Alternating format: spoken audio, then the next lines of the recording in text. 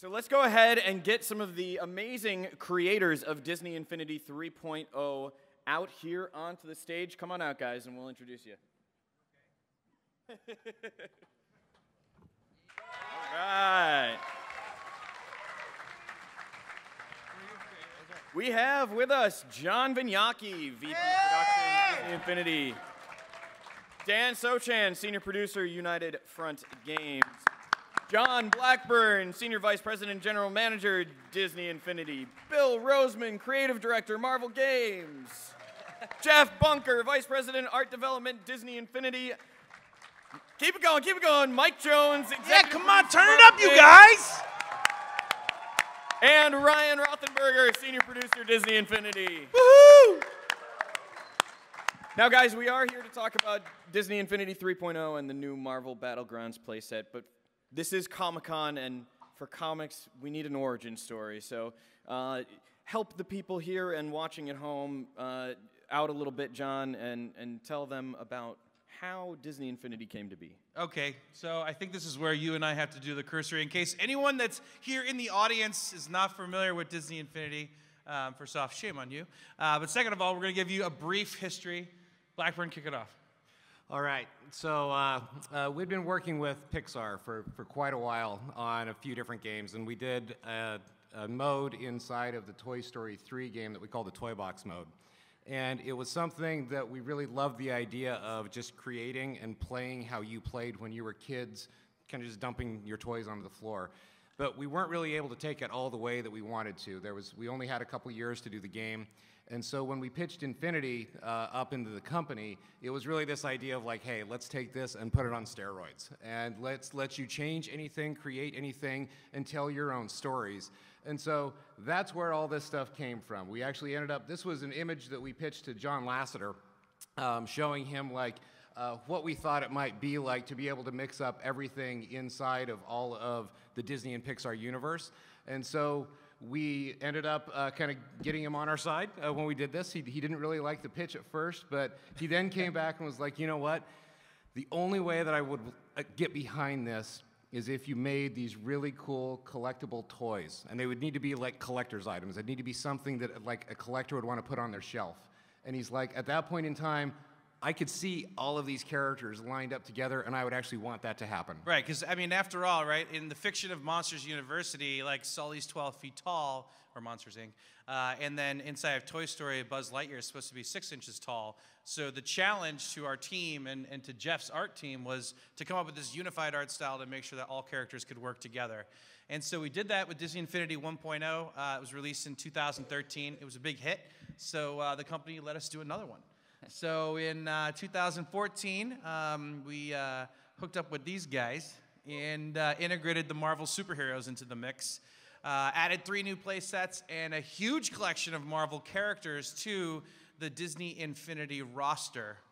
And then this year, with Disney Infinity 3.0, we've added even more characters. We've added, yeah, thanks.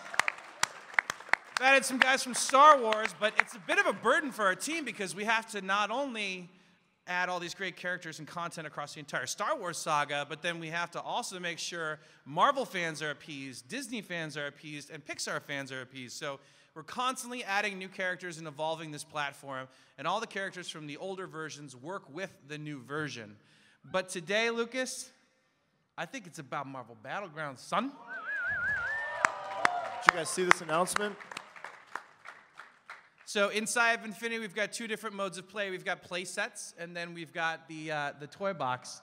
Let's go ahead and take a look at the trailer that we just put out for Marvel Battlegrounds. Go ahead, roll the trailer. Rated everyone 10 and up.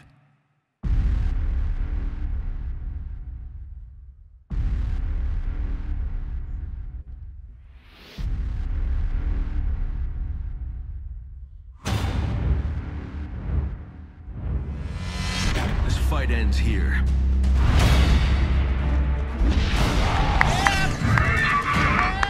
How's my favorite green guy?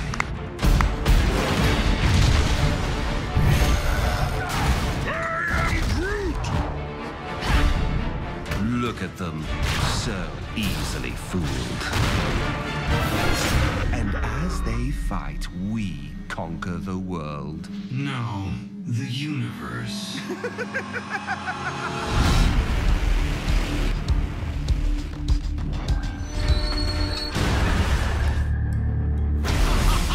Flee, you coward!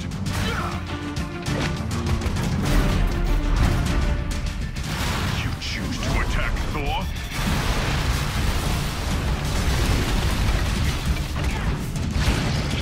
Fear me! Come to Venom.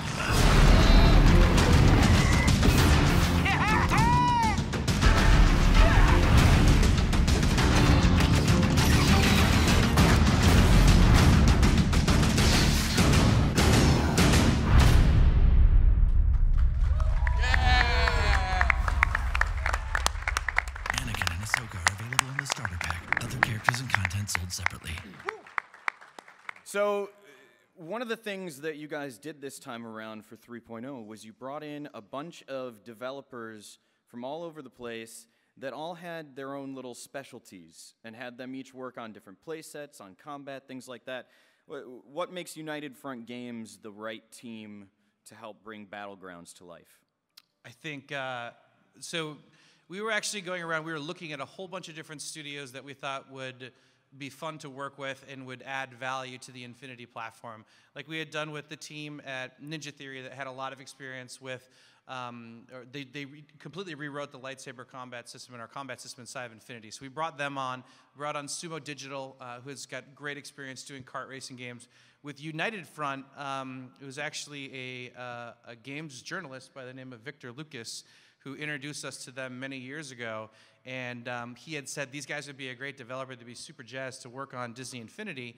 And given their experience with Mod Nation Racers, which had building and racing components, plus of course the great combat inside of Sleeping Dogs, we had approached them and talked to them about, would it be cool, would you guys be interested in working on Infinity? And so I feel like that's where I should turn the story over to you, Dan, and have you talk a little bit about how it all came to be. I mean, we were just so excited to work with, two legends in the entertainment industry, and bringing together sort of the toy-like charm of Infinity with the amazing roster of characters from Marvel, and, taking that into something that hadn't really been done before within Infinity of, 4-player couch co-op sort of experience or versus experience.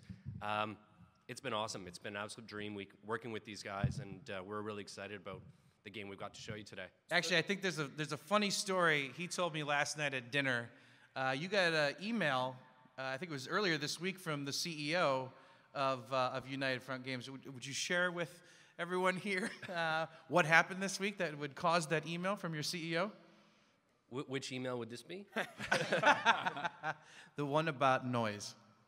Yes. I got an email that basically, to try and keep things down a little bit on our team, the trash talk and the excitement going on during the 4-player play sessions every day was disturbing the other team beside us. So that's a good sign, especially at pre-alpha.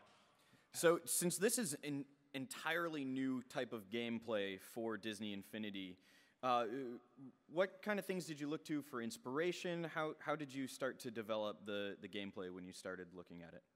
We've got a lot of hardcore fighting game fans and enthusiasts at UFG, and what we really wanted to do was create a fighting experience that had a lot of depth to it, but also had sort of the pick up and play, the ease of access, that Infinity is so known for, and so that kids that younger can play it as well, but also with families, and trying to balance all that together.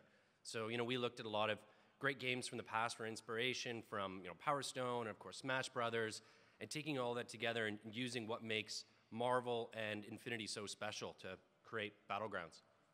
I think it's important to mention, you guys did a lot of work to add 4-player. This is the first playset to feature 4-player combat and have 4 players on screen at once, and all the problems you have to solve with the camera and the environment and the controls and all that kind of stuff, but it's amazing. And you're right, when you get 4 people in there, it's easy to get lost and start getting loud and talking smack to each other. It's already fun, which is really exciting. Yeah. And so one of the other big things too was Thanks, Sean. Yeah. From 2.0, that the Marvel characters were really built for sort of a an action game. So we had to go in, redesign the animations, all the move sets, to really create something that worked well for a player versus player brawler experience, creating sort of consistent moves so every character has a 3-hit attack, has a charged attack, which of course has a risk versus reward component to it as well. And one of the big kind of cool things we added was every character has this special move that by collecting purple sparks, they have this very unique move to that character that kind of showcases their character, their play style. And we'll show you a few of those today as well. Yeah, Dan, rather than just talking about it, why don't we show you guys some gameplay? Yeah. Let's go ahead and see some gameplay. So one thing while this clip is rolling that I want to bring up, I think it's really important for everyone that's an existing Infinity fan. Dan just mentioned it, but I want to emphasize it, which is the team at United Front actually went through and took all of the Marvel superheroes from 2.0 and adjusted all of their animations and the distance, for example, of their dashes and their rolls as well, to really make these characters feel and play different inside of the Battlegrounds play set. So inside of Toy Box, you'll still have the moves that the characters have from 2.0, but inside of the Battlegrounds play set, they actually feel they've been tuned, and they continue to tweak and tune all of these characters to really make them feel great for the type of playset experience we're trying to deliver.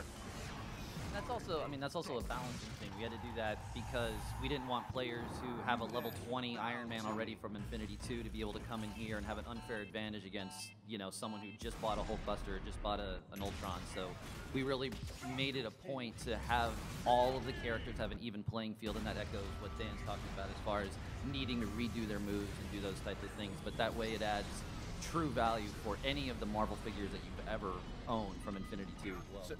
So one of the other things we're seeing here right now was the very destructible environment. How did you build that, and what does it add to the game to you? That was kind of a core pillar right from the very beginning, is that we wanted environments that were sort of iconic from a Marvel perspective, but also were highly destructive.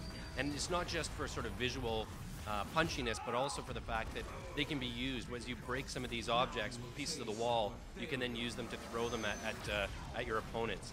So we've got these interactive environmental props you see as well. By hitting the infinity button, we're triggering things like the electric floors or this train come flying in. It's great. Yeah, it's the Brooklyn train yard. And if you're unlucky enough for your character to be standing on the train tracks, when an opponent pushes the button, you get run over by a train. Yeah. And it's awesome. I like the train horns go, doo doo, and that's boom! So, of course, this is a play set, which means there's got to be a story to it, right? Right. And that's where you came in, right? Yeah, it was so fun. We sat down and we said, look, one of the things that Marvel fans love about Marvel is there is always a reason why our characters are battling each other. Otherwise, it's just two people in costumes, duking it out. But if there is a reason, a story behind, and you can get behind each side, then it makes the combat better, more exciting, and you're vested. So we thought about what would make our heroes fight each other. And even though Marvel's history is built upon many, many stories of characters clashing, there's always a reason. There's always one character thinks another character is doing something wrong, and they clash, and they realize, well, wait a minute, we're actually on the same side. So in the clip earlier, you saw there's the evil villain team-up between Loki and Ultron. And they are after a very powerful object. And so they need to remove the heroes from the playing zone as they go after this object. So here you have Loki, who's the trickster god, and here you have Ultron, who's master of AI. So what do? They combine and they create robotic duplicates of the heroes and the villains. And in the game, you don't know if the ally next to you is really your ally or if they're one of the robotic duplicates. And so this confusion naturally leads to combat.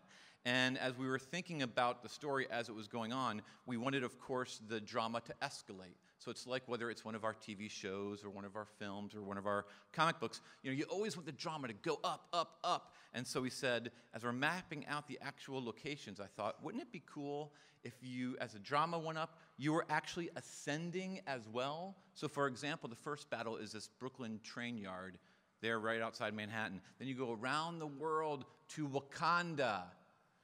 if you saw earlier, the Eagle Eye audience members saw that giant panther statue. So then we go to Wakanda, a location we haven't seen before. And then we said, let's step it up. Let's go off-world. Then you go to a SHIELD lunar base. And after that, I don't even know if I can talk about where we go next. But we literally keep climbing and climbing and climbing, and you go off-world, and the action gets more intense, and the fights get bigger until it builds to an awesome showdown at the end that I can't talk about, but it's great. Yeah, Bill. Yeah. That's it. We try to create the story in the true Marvel manner. We wanted sides to have motivations. We wanted each side to have meaning. We wanted the player to have this escalating story and feel like a true blue Marvel adventure. Yeah, and I think one thing that's important to mention too is that one of the challenges that we had given Bill and our writing team at Avalanche was we wanted to make sure, after listening to fans, wanting to have more characters playable and more play sets, we wanted to make sure that all the Marvel characters could play, which is why he's written the story in the way that he has, so that fictionally it makes sense. And as we always say, so long as we're making the content creators themselves who've made these amazing characters, these amazing universes happy, we know that ultimately we're going to please their fans as well. That's right. So that's a big part of the reason why we did the story the way we did. And of course, with new playset must also come new characters. That's right. There must. So our first 3.0 Marvel characters are Ultron and Iron Man and the Hulkbuster. That's right. What made these two particular characters so appealing to bring in? Well, I mean, I think the idea first started when we all saw the Avengers Age of Ultron footage of the Hulkbuster suit, and we said, Hulkbuster's got to be in the game. That was an awesome figure.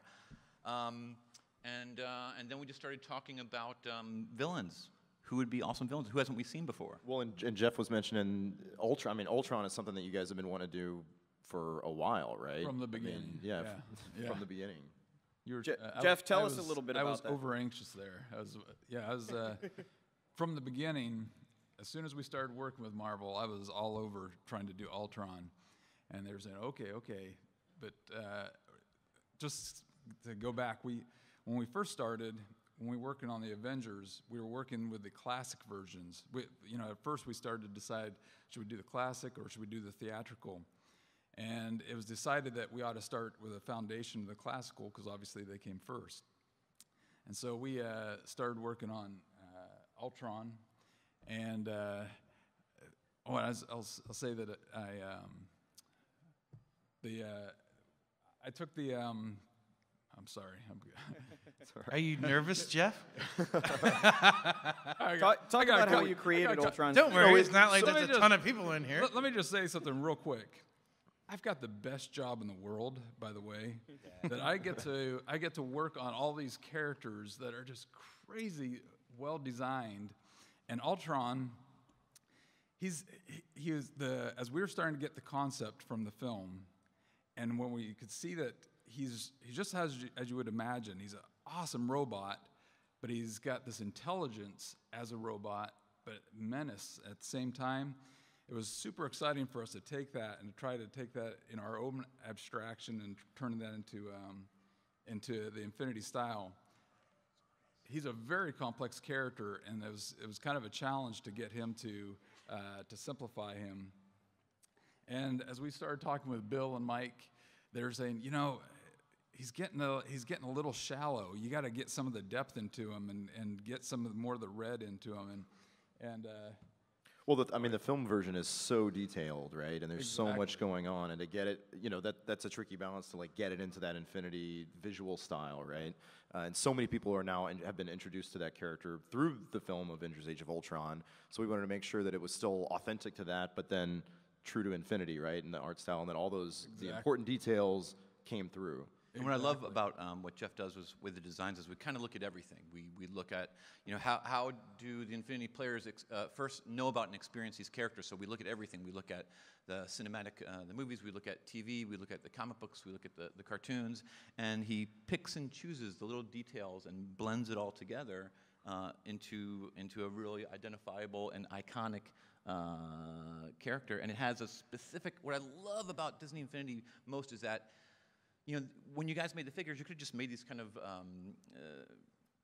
you could have just done a version that didn't have a style to it. It could have just been a certain way, but you took a stance and you created this very, very iconic style now that anyone sees a style knows that's Infinity. And I love that you leaned into that and created this whole aesthetic that is unique to Infinity. And gameplay was also really important in choosing those characters, right? I mean, it wasn't just like, hey, who's popular, hey, who's going to look cool. It's also like, hey, we're building this awesome new play set. We need a ranged character. We need a heavy hitter character. Hulkbuster came in, a bunch of characters that I can't talk about right now. But gameplay is also a huge component of the character selection as well, right? Like who's going to fill out kind of the spectrum of the different types of brawlers that you want to play as. And then also, yeah, of course, like getting insight into your whole big super secret plan of all the cool Marvel stuff that you're going to be doing. That's right. And then you guys telling us, yeah, you should do this character and this character for this reason and that reason.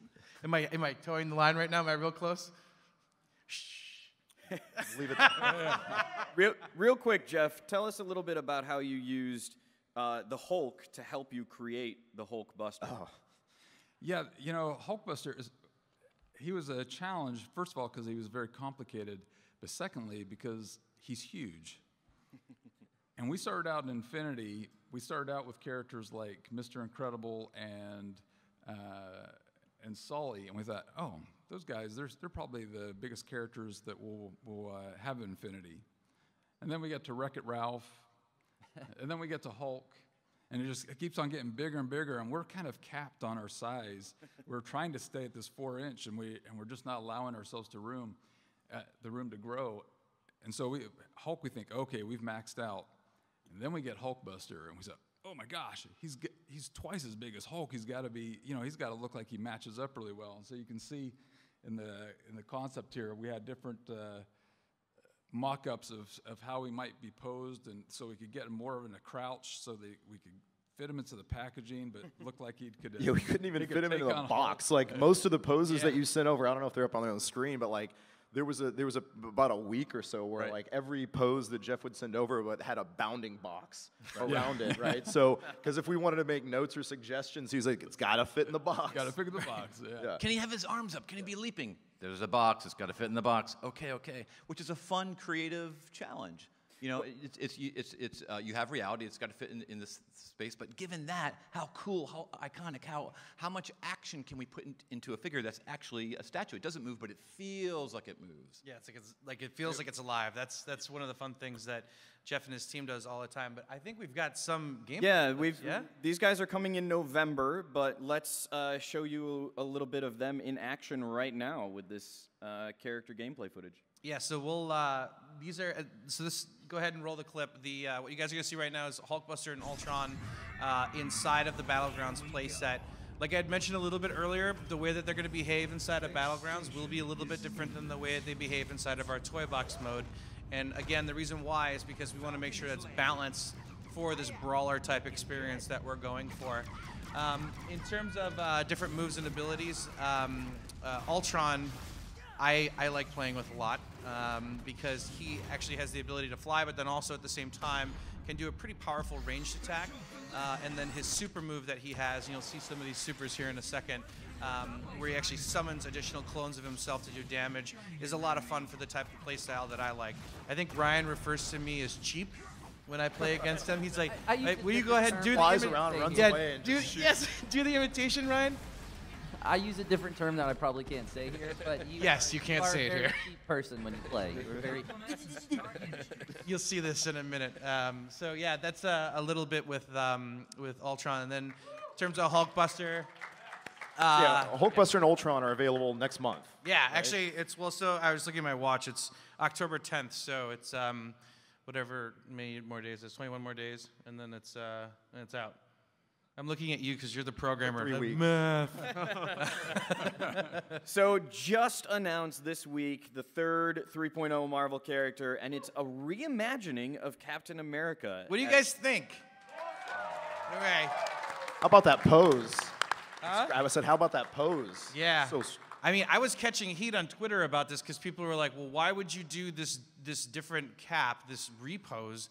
And that's not the way we look at it, right? I mean, we look at this as like a brand new character. Well, it is, right? I mean, it's right. You're going to play the old original classic Captain America, and this new Captain America, which we're calling the first Avenger, will have completely new moves, completely new special abilities. All new animations. All new animations. So it's not just a variant of the Captain America we released for 2.0. It's a completely new character. And that's why we wanted the pose of the character to be so different from the first Cap figure. In fact, at first we were trying action poses, and they were still looking very similar to the original Cap figure. And then this guy, Mike Jones, said, hey, what about that iconic shot? There was a cover that Steve Epting drew. It was a Captain America cover with his hands down, and then it actually became a film poster. What was it? Yeah, the theatrical poster for the first Captain America, the first Avenger. And so we sent those over to Jeff, and then, you know, through his brilliance, you see the different stages. All these wonderful things Bill's saying about you, these all need to appear on your review at the end of this month.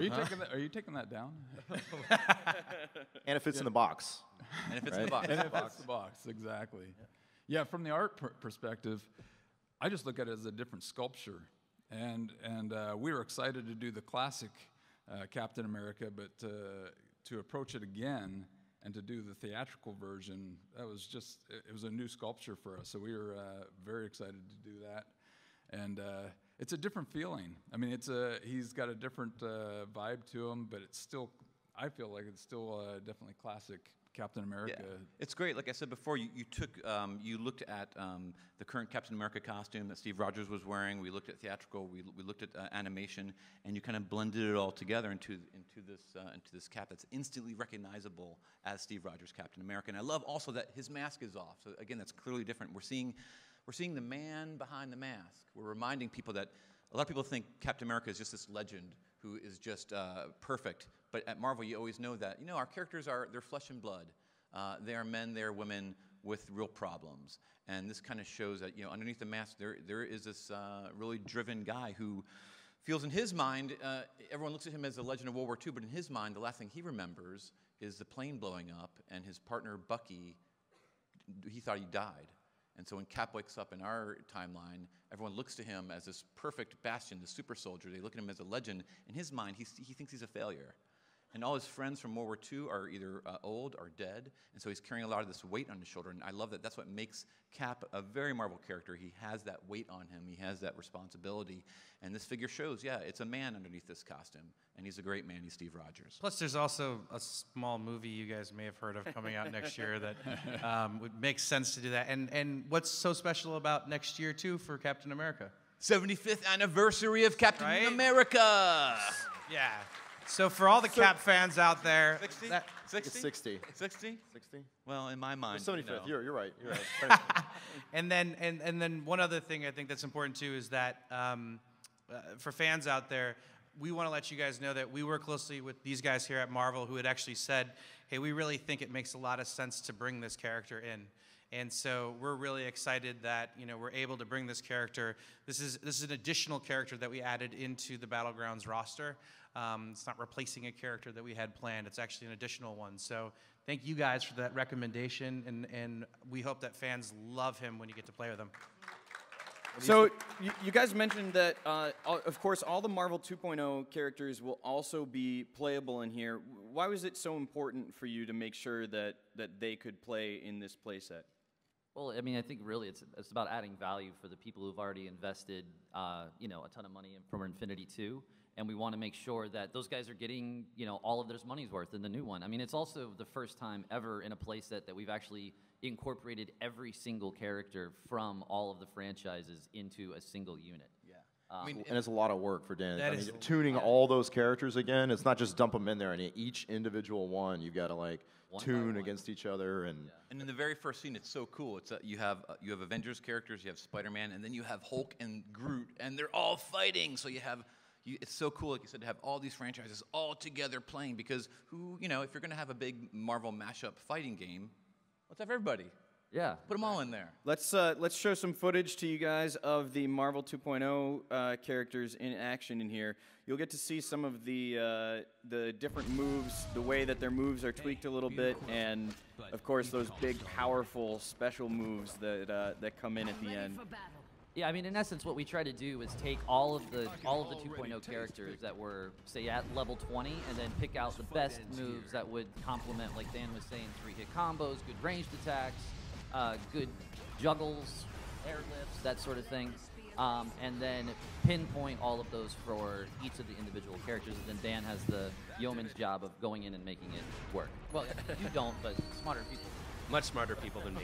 But yeah, and that was, I think, for fans, you know, who've been playing their 2.0 characters over the last couple of years, they're going to be excited to see how we've been able to sort of reimagine and how they actually play and feel a little bit different within our play set. So they're going to feel fresh again, which is fantastic. All right, JV, I think you said you had some kind of little special surprise for everybody. Okay, so this is going to be pretty crazy. So here's what we thought we would do. So right now, the guys at United Front just turned over milestone 8. We're not even at pre-alpha right now. What we wanted to do, though, was actually show you guys some live gameplay footage and have the guys here play. Are you guys down to do that? Okay. So now here's the thing. So Ryan Rothenberger on the Disney Infinity team, Dan Sochin, United Front Games, Bill with Marvel, and Mike with Marvel are all playing as different characters. And depending on who wins, that group of the audience is going to get a Hulkbuster figure.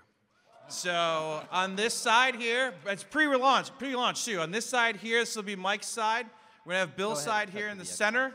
Then we're going to have, that's right, we want to hear you guys cheer for these guys. So Dan's going to be that section right there, and then Ryan on the far right-hand side. Let's hear it from Gamora. Turn over the Xbox. Headed to the Xbox. Here we go. That's Ryan Rothenberger playing as Hulkbuster.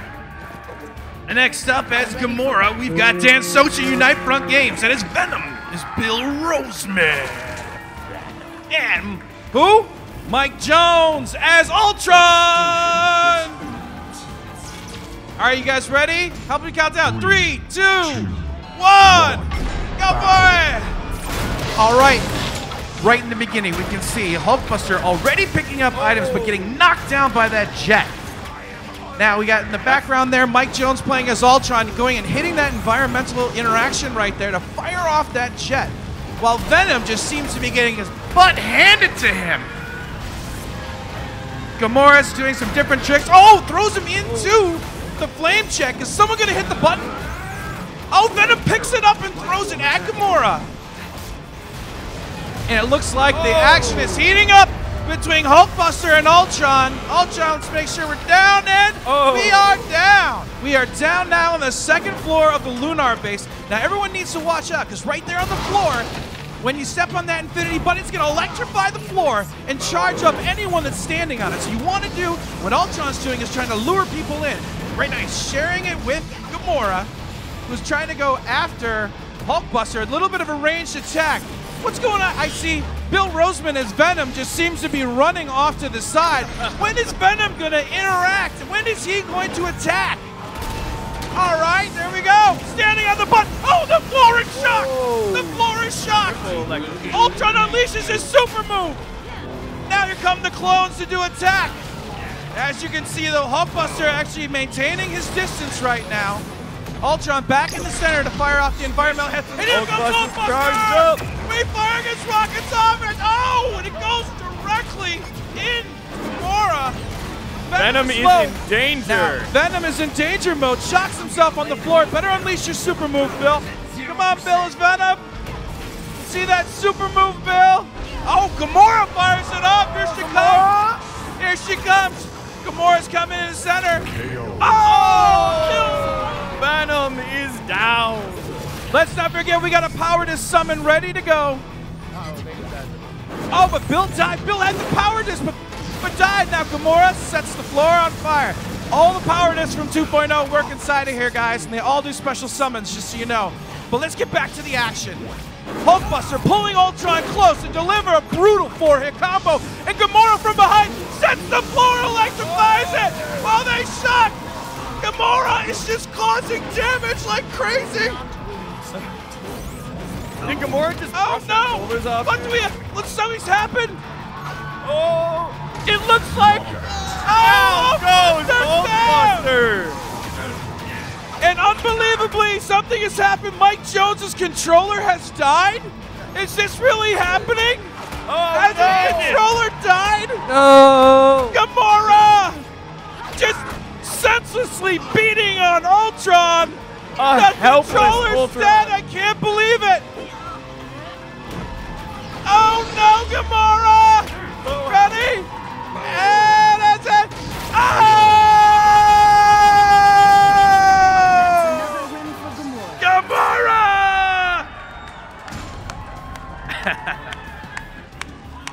Yeah! Dan, take a bow. I may have a slight advantage that I work on the game every day. That's a I will TKO. acknowledge that. Hey, John. Yeah. I don't know if these guys wanted it enough. What do you think? I think you guys are awesome. Give you guys a round of applause. And because the controller died, which is kind of cheap, and also because we try to be super cool, we're actually going to give everyone in the audience a Hulkbuster, okay? You get a Hulkbuster, and you get a Hulkbuster, and you get a Hulkbuster. Bill Roseman has been waiting to Oprah that all day. All my life. We will, so after Q&A, we'll pass them out to you guys. Just So yeah, guys, we have a few minutes left. So if you want to line up at one of the mics over on either side of the stage here, and we will do but like everyone chill. Yeah, for questions line up. Sorry. I thought it was people running up the front to get the Ask figure. lots of questions about spoilers and new characters. Yes. See how well PR trained we are. Let's go ahead and start right over here. Great. Oh, I love this game. I bought this and Smash Brothers the same day, and I've barely played Smash Brothers since 2.0 came out. I love it so much, and this is basically the fighting game I've always wanted to exist, so I love this. One thing I wanted to ask is, will the older characters in the playbox get new skill sets like Buzz Lightyear or any of those, like the 1.0, just in the regular toy boxes? John, you want to take that one?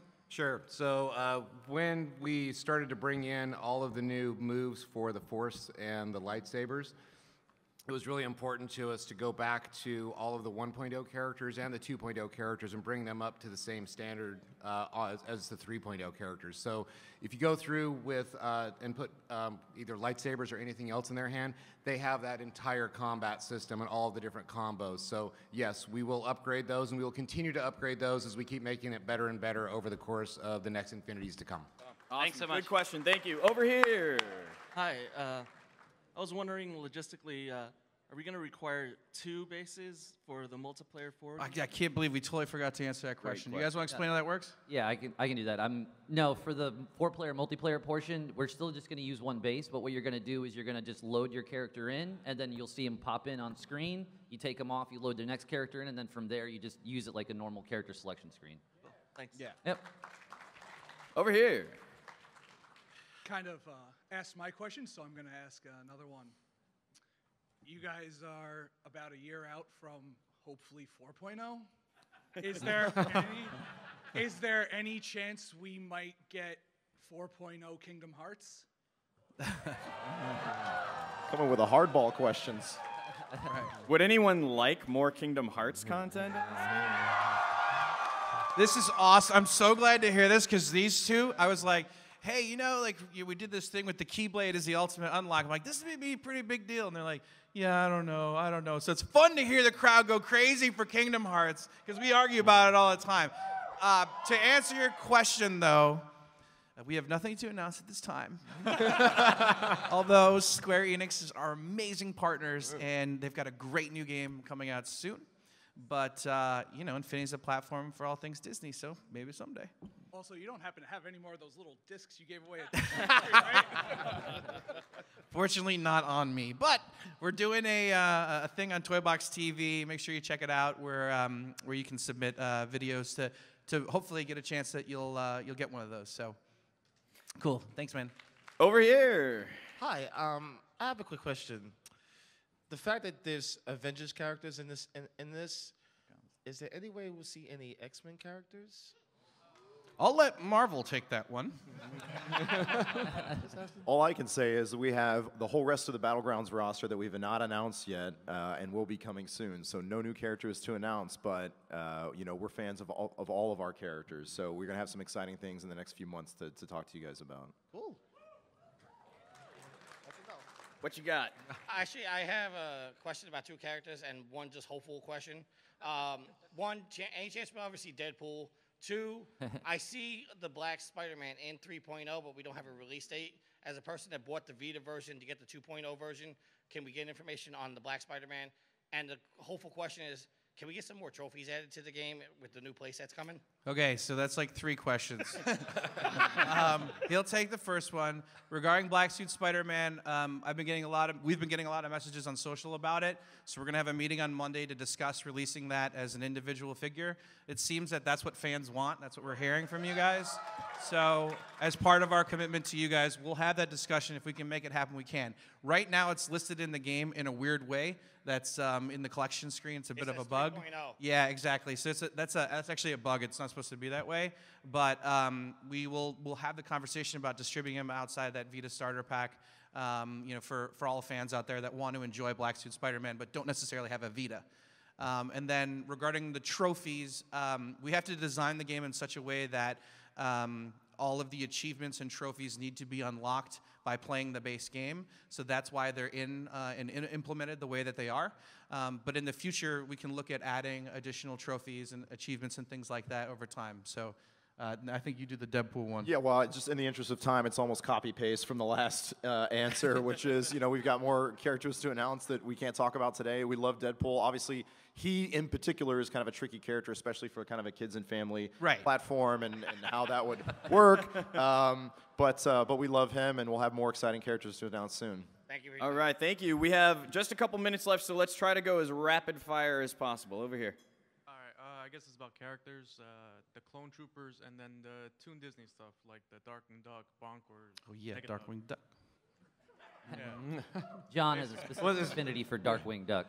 So, I mean, as far as Clone Troopers, what are you looking for? I guess A trooper IGP? Yeah, from the Clone Wars series, the commanders and everything like that. So, I mean, we're, as far as other characters, I think for the Star Wars stuff, we've got some announcements maybe next week, I think. That's gonna well, I guess you're the boss.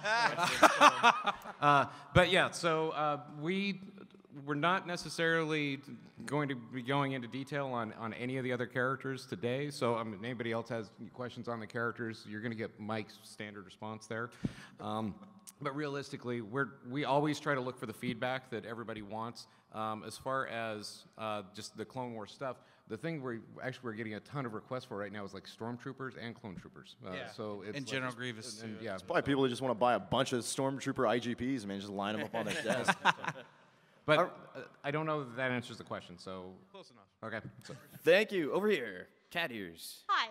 I actually have 2 questions to ask. Quick. The first one is I heard recently of your passion project of incorporating Captain EO into the game. Is there any more news about, or have you gotten any more progression about being able to put him in there? I have no update to provide this huge panel at New York Comic Con at this time. Let's just say we have tried to push things forward. And we are continuing. And we are continuing to do that, but it is as hard as John made it sound the last time he talked about this. Okay. Second question is, if you're making more crystal version figures of any of the characters, is it possible that you might eventually do a crystal Jack Skellington figure? So we are not doing any more crystal figures right now. But hopefully sometime soon we might have something special to announce for you guys, but not right now. Over here, Captain America, real quick. How you doing? My question is about costuming, because I was excited about everything you said about the difference in the Captain America costume, but I was looking specifically for the Sam Wilson one, and I'm wondering, are there going to be variant costumes like, you know, a Red Hulk or, you know, a classic Black Widow or Sam Wilson, Captain America, stuff like that? Like, because I know you said that the first one is different from the second one, so I'm like, is it just going to be one playable character and another playable character that's the same character, or just like variant skins that can be worn or different costumes? Yeah, so from myself and John's, maybe you want to take this one, but go ahead. So, I mean, we've got the two different ways we're going to be doing this in the future. We've got the power discs that will change the costumes, and so those ones we just see as kind of a new skin. So, you know, if we wanted to go with Red Hulk, it's a very easy way to do that, right? So, to go through and do a whole new character like we did with Captain America, I mean, it does take a substantial amount of work for the team. So every time that we're going to be doing that, I mean, one of the big reasons that we did the Captain America this time around was we knew it was his anniversary, we knew there was a film coming out, we really felt like there was a compelling reason to do a new version of the character. Anytime you kind of get those confluence of events, you might be seeing, you know, something along those lines. Yeah, so like to encapsulate again, it's like when it makes sense to do that, because we're really going to make a brand new character out of an existing personality, if you will, we will do it. But beyond Cap, we don't have any other plans. So we do a lot more power discs that do the character, you know, just costume changes than we would the full new IGPs. Yeah. Excellent, guys. Thank you all so much. I'm so sorry to Thank those you, in guys. line, but we are out of time. You guys So rock. make sure you pick up your Hulkbuster earlier than anybody Where is else that by Hulkbuster? exiting over to the left. Exit Oh. to the my left, your right. Cool. And if you still have questions, please do hit up Disney Infinity on Twitter at Disney Infinity, and they answer questions all the time on there and on Toy Box TV. Thank you guys so much. Thank you.